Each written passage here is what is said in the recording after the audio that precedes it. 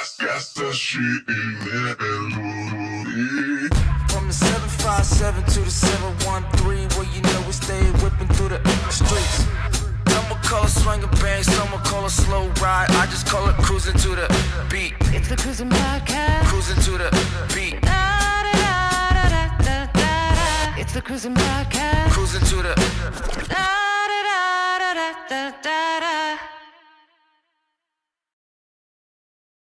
Yo, welcome back to another edition of the Cruising Podcast. I'm your host, Andrew Cruz, and today is July 27th. It's one of my nephews, the second born nephew's birthday today, and he just turned 20, mother trucking one. I remember when I turned 21. I don't. It was actually a pretty interesting night. What did I do when I turned 21? That's a good question. I don't remember. So now I'm up to two nephews at the age of 21 and over, and I'm officially feeling very old. So I'd like to thank y'all for that. Happy birthday, Cam. You know what I'm saying? So yeah, yeah, I'm getting old. Sucks.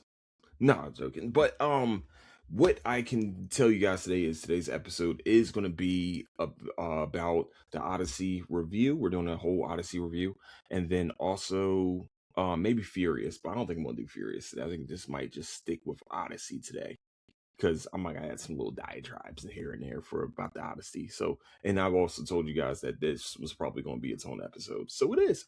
And then tomorrow we will be doing Bleach Tuesday, as we are starting Bleach Tuesday. Yes, I'm wearing Demon Slayer shirt. Do not judge me, because I like Demon Slayer also.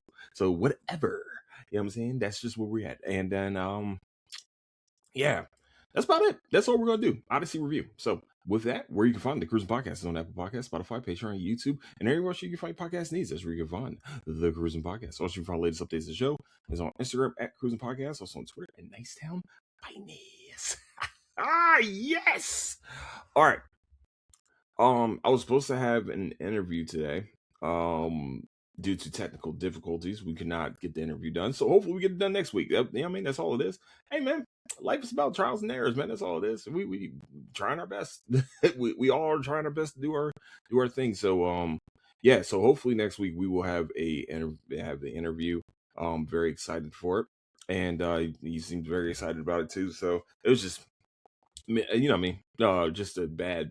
Just all of us having bad not communication. What's the word? Connectivity? Yes, connectivity.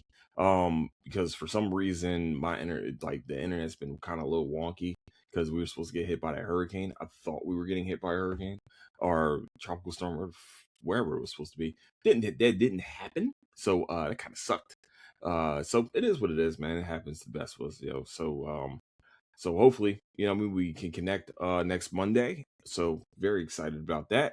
But I went to go see Odyssey, and you know, I hate going to the movie theater. This is why I like going to matinees. First of all, I want to do a little bit of complaining for a second. I like going to matinees because there isn't anyone in there. Like, there's not a lot of people in the movie theater when I go at around 11 o'clock, 12 a.m. You know what I mean? At the a.m. time. It's not because it's cheaper. It's because it's less freaking people. All right? But I'm trying my best. Okay? You guys can see what I'm doing. So I'm sitting here. I'm just like, yo, I see people with their phones out. You can kind of like, I have ADD. Okay? So if I see a flashing light, it's like a squirrel. You know what I'm saying? It's like that. Like, that's why sometimes I have my phone turned upside down so I don't see the light up and stuff like that. The problem is that my phone's connected to the computer, and the computer still gives me notifications. So I'm shaking the shit out of this thing. Sorry. So it's just, I don't know, man. I don't like that. People talking during the movies too, kind of like, yeah, this is where they do the Cyclops, and this is where they did this and that. That, like, yo, we all in here has possibly read the Odyssey. How about we just shut the fuck up and enjoy the movie? How about we just do that? Why can't that be a thing? Why is that never a thing? Just shut the fuck up and enjoy the movie.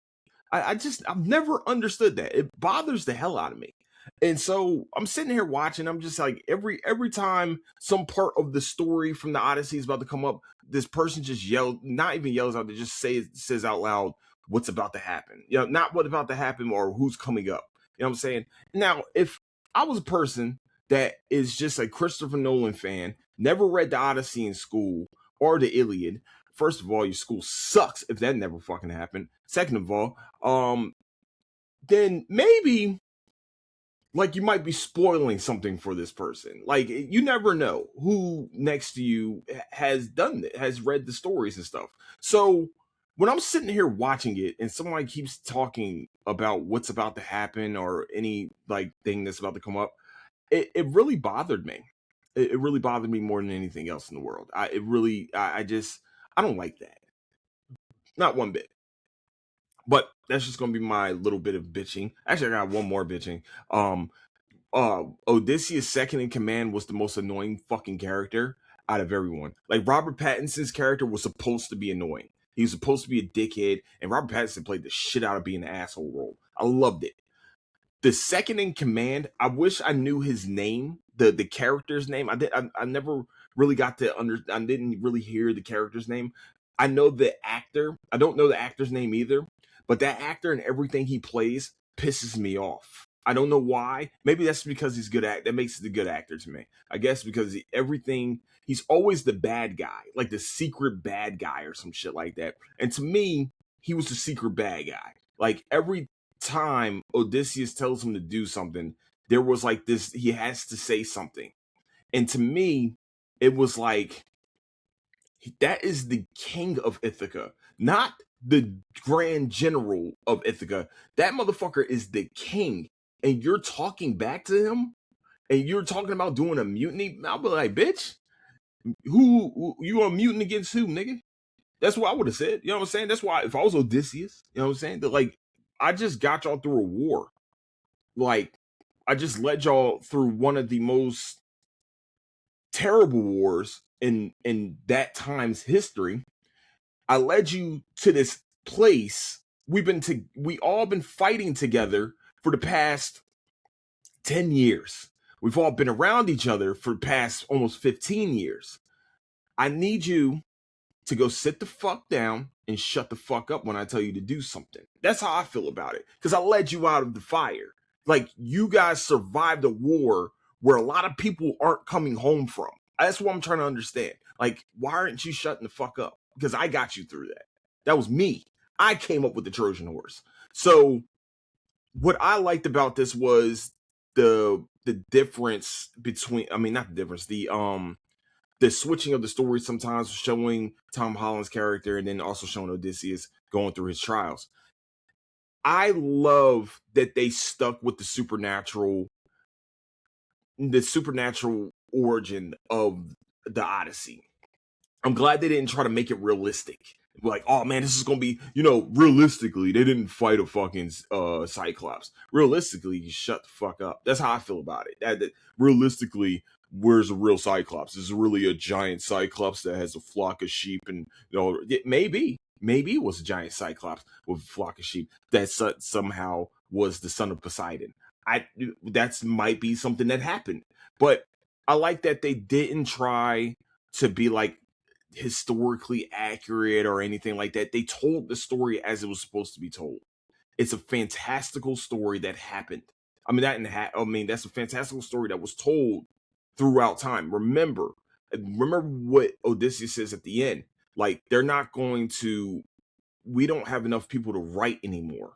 He said there's going to be talkers. There's going to be people that tell about the story. That's where Homer comes into play. People don't know this, but this story was never written. It was always told, like spoken.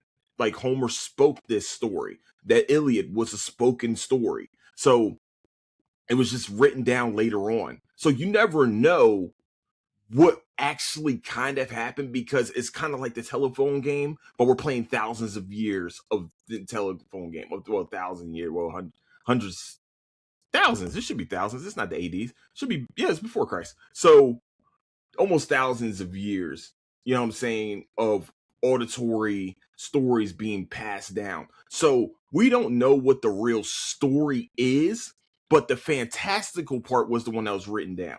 It's the one that was probably heard the most. And in times, I think they said there is a real Odysseus, which is, of course, you shorten to Odyssey. Sorry, my bad, y'all. I don't know what the hell's going on. But I also like what about this movie is that they didn't show Achilles. Achilles was the biggest badass of that time. If you guys don't know the story of Achilles, his mother, pretty much dipped him inside of the river Styx. But the only thing Achilles did not, the only thing that didn't go inside of the river Styx to make him immortal was his Achilles heel. Boom. That's why it's called the Achilles heel. You're welcome. That's a little bit of history knowledge for you guys. You're welcome. I'm glad they didn't show him. You know what I mean? I'm glad they didn't show Paris. I'm glad they didn't show Hector. You know what I'm saying? Like, this was Odysseus' story. This is exactly what it is. This was not the Iliad. This was the Odyssey. So, showing it from his point of view, what happened, I think they did a really good job with this. Never really showing Agamemnon's face was an interesting choice, by the way. I thought it was a good choice. I don't know. I think that there was a lot of bitching about the casting, and a lot of people were like, "This is a woke movie. It's so woke. You got Elliot Page playing a man, and this like Elliot Page identifies as a man, so why would they not play as a man?" I'm glad, but I am glad of this, and I'm gonna say this, and this is nice as I'm gonna say this in the nicest way possible. There's no way you could have. There's no way. Hold on, I don't know what's going on. There's no way you could have. Hold on, I thought I turned this down. Okay, there we go. There's no way you could have told me that Elliot Page was Achilles. There was no way. I love that it was, a kid that took over for Robert Pattinson's character. I'm glad it wasn't that.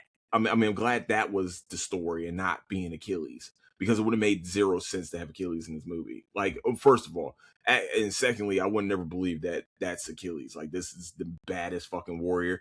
The smallest person out of everyone is the baddest fucking warrior out of everybody. It doesn't make any sense. Sorry, it's not because whatever. That's literally the smallest person out there. There's no fucking way.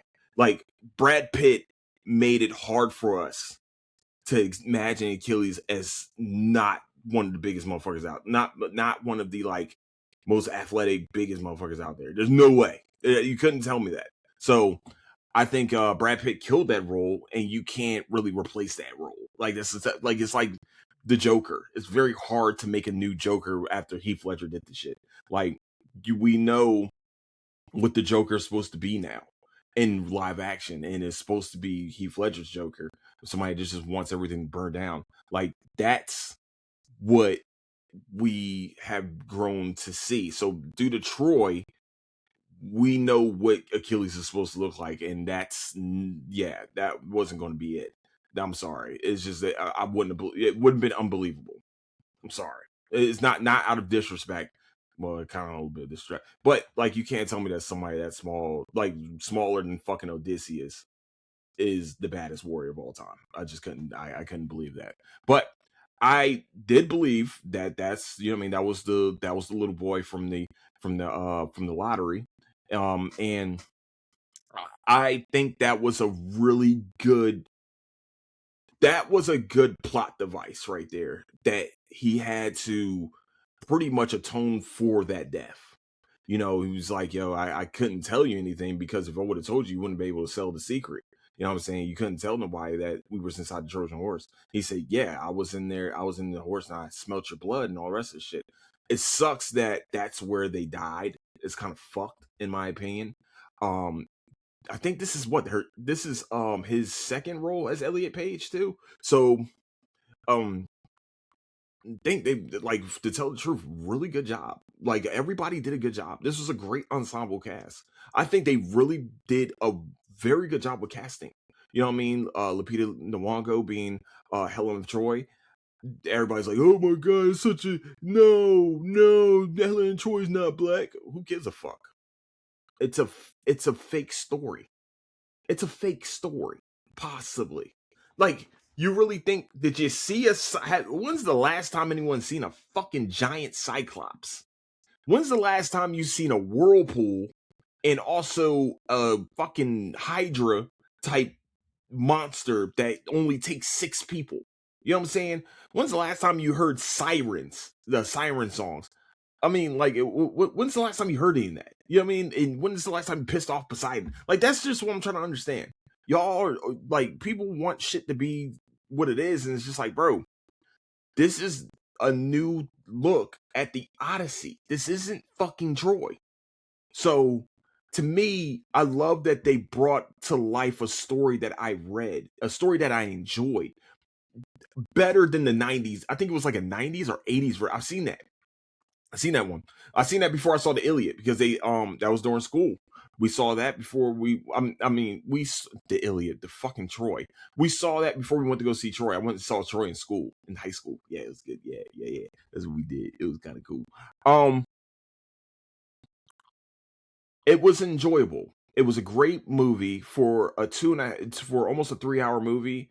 It keeps you engaged. With the war, also with the pretty much everybody's trying to get the suitors inside Penelope's castle. This is literally how the story is told. She's behind a screen and she unravels the funeral garment every night. Like, then we always talked about it. Yeah, I mean, that was always talked about until she was caught doing it. I really think that they really brought to life a story that I read, and I'm really was happy with the result. I think, like I said before, I'll say it again, like for Oscar season, this movie's probably gonna win Best Picture. Like, it was meant to watch in IMAX, but I'm too cheap to get IMAX. But so I just watched it. No, I think this movie was definitely meant to watch in IMAX. I think that the story was told very well. I would have stayed on the island with Charlize Theron if she was looking like that. With Calypso, if she was Calypso, and she said, I've been feeding you this thing for," he said, "How long have I been here? 7 years? Oh, I should kill you, bitch." No, but him being stuck there, that was a great story. That was another great story device where they kept going back to that, where he's trying to get his memory. I love that the story was told by him trying to get his memory back. Of course it wasn't a dream sequence. I'm glad that shit wasn't a thing. But I like that every step of the way, that's what they, you know what I mean, he was getting his memory back. The whole Apollo and the cattle stuff where they killed the cattle, I love that they tried to hide it from him, and he was like, I told you stupid fucks not to do this, and this is what y'all did. Y'all keep saying that y'all believe in these gods. Y'all keep saying that y'all have faith, but yet when I tell you to not do something after we just visit the Valley of the Dead, I just told you something I wasn't even supposed to tell y'all. You know what I'm saying? This was supposed to be for me and me only. I actually sat and told y'all the truth, and you still went and slaughtered one of his cattle, which you're not supposed to do. We're fucked. You just fucked us. I'm not gonna lie to you. You just fucked yourself. Actually, you just fucked yourselves because they told me I was the only one that's gonna survive this shit. I like that the whole reason why he wouldn't go home, why he was staying away from going home, is because Odysseus was an honorable man. He's an honorable fight. Like, he even honors the hunt where he plucks the bow so that they have a chance to, you know what I mean, so that wherever he's hunting has a chance to run. Like, it shows that his humanity was still there even after 10 years of fighting wars. He just was ready to go fuck home. And the Trojan horse broke him. And you can see that it broke him from what he was, like a smart tactician and, like I said, an honorable fighter. You know, when the horse happened, you can tell that it bothered him. But what else bothered him was, like, what we didn't see until practically the end, where his own people killed his god that he was praying to, which is Athena. And once again, Zendaya played the shit out of that role. She did an amazing job at that. I really love that story where it's modern day. We would say this is PTSD. You know what I'm saying? That he went through a very traumatic war situation, and this is the result. He doesn't want to go home because home possibly he's fighting another war at home. Um, I think they did a really good job of displaying that mentality. Like, oh man, me making that horse, me coming up with that idea was the most honorable way of fighting. Pretty much, I just wanted to get my people home, and I sacrificed my integrity to win a war, and that was his sacrifice. Just like they always said, like everybody has to sacrifice something to the gods, and that's what he sacrificed. He sacrificed his integrity, and you can tell that long journey home was his penance. Him losing all his people was his punishment for all this, like losing people inside the Cyclops cave, losing one person to the Sirens. You know what I'm saying? Losing all his people at Helios. You know what I mean? At the Apollo's fucking island. You know what I mean? Losing all his people after that. You know, pissing off Poseidon. You know, thinking that he has Athena with him, but really Athena's head was cut off practically. So, and he couldn't save her. You know, you can watch that and see it that way. That's the way I saw it. Is that this dude was really paying for what happened at Troy. You know what I mean? They killed innocent people. You know what I mean? They were killing innocent people. They were pillaging innocent people. You know what I mean? They were raping some, you know what I mean, people too. So you never know what happened behind those walls, but he burned those walls down. I mean, he was the main reason why those walls were burnt down. He didn't see himself as a hero. He saw himself, and as the people will call them, the sea people, as the villain. He saw himself as the villain.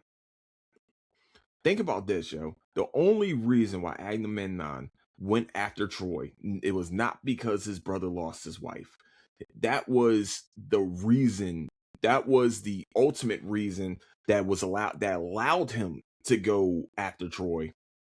But the real reason was like he said, was the trade routes. Troy was really cutting off the trade routes, and he was like, fuck that. I want those bitches back. That's literally why they burned down Troy. That's literally why the Trojan War happened. Wasn't because of Helen of Troy, not because she's launched 1,000 ships and shit like that. That was the thing that like gave him the excuse to go after them. That gave him the excuse to go after them. So I I thought that was a really good thought. You know what I mean? I thought that was a really good reason to show why they went there in the first place. So I think really they really had this story pinned down. They read the story, they understood the story. Everybody that was a part of this definitely understood their role for this story. And I thoroughly enjoyed this. Matt Damon that probably is gonna win Best Actor for this shit. You know what I'm saying? Like Tom Holland might win Best Supporting. You know what I mean? And fucking Anne Hathaway, goodness gracious, played that fucking role. Damn, Anne Hathaway killed that role, bruh. Damn, she killed that shit. She did a really, really good job. Yeah, I really think they did a good job, man. Oh man, I not even think I know they did a great job, man. It's just this is definitely one of the best films of the year. I had something else in my mind, I just couldn't remember. The PTSD one where he didn't feel. Oh, the Seafaring Folk. I was thinking the whole time. So here's what I was thinking with the Seafaring Folk when they were talking about before they actually revealed who they were. I thought that they were talking about Xerxes. That's who I thought they were talking about, which happens after this for sure. This does happen after it, right? It should happen after it. 300. If you guys watched 300, that's what I'm talking about. Was the Seafaring Folks? That's who I thought. You know, the people from the sea. I was like, oh, they're about to make this into a thing, like into a whole universe. Still can, but the reveal that the Greeks were the ones that were actually the seafaring was the sea folks. He was like, we were the sea folks. That was us. He said, that's what That's what went through. That he said that's what they were talking about. So, like I said, he saw himself at the end of everything as the villain, and I was like, "Oh shit, that was a good twist for me." That way, I know nobody else is probably like, "Man, I wasn't really thinking about that shit." I ain't gonna lie to you. I was just like, "Man, Seafarer, they talking about some stories." I love that it became them. You know what I'm saying? The Ithaca people from Ithaca and all the Greeks that swarmed in. I love that they showed Agamemnon's end. Of course, it was different from Troy. You guys, as you guys don't know, it was completely different from Troy. Troy was probably, as much people will bitch about it, is probably what they say was historically inaccurate. And of course, we weren't there. So historically, what was written down, yes, probably inaccurate, but it was a cool storyline because that's what we needed. We needed to see Agamemnon. He's a piece of shit. Okay, we need to see him off on screen, and they did it again with this one. So I was definitely thoroughly impressed how they did this, man. I really suggest. I swore I turned this on. I mean, turned on my whatchamacallit. Oh shit! Sorry, y'all. I I thoroughly enjoyed the way they portrayed this story, man. And if you guys get a chance, definitely go check out Odyssey. It is definitely well worth the money, the time.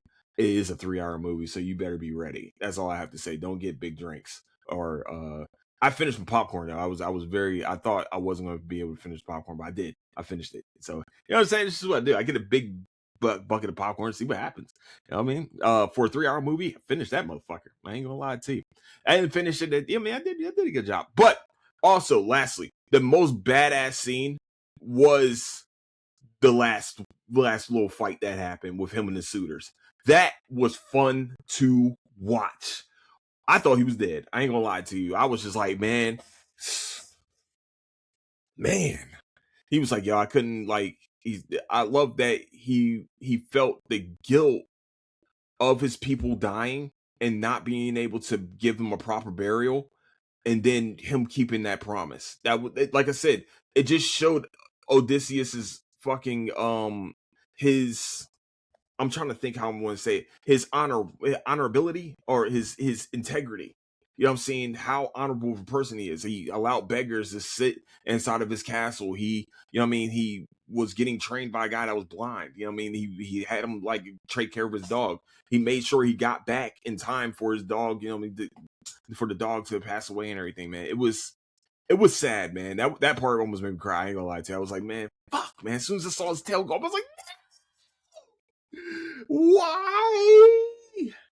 Also, why did we leave the dog on the shit, man? That's so fucked up. That was horrible.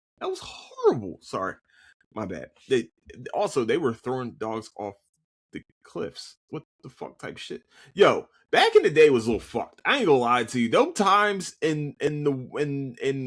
like, you thought the dogs. That's not even the worst fucking part of what happened back in those days. Just watch 300. That shit has been written down in history, especially with the Spartans. What the Spartans did with their young? Oh, fuck no. That was, whew, you guys ain't ready for that story. Yeah, I ain't ready for that one. So, you guys get a chance, definitely go check out the Odyssey, man. Like I said, the final part, man, that fight scene, that whole thing was amazing. That was such a great fight scene between Matt Damon and like 50 fucking people. Shit, the way it was just wow. That's all I have to say. That's all I can say, man, about that, man.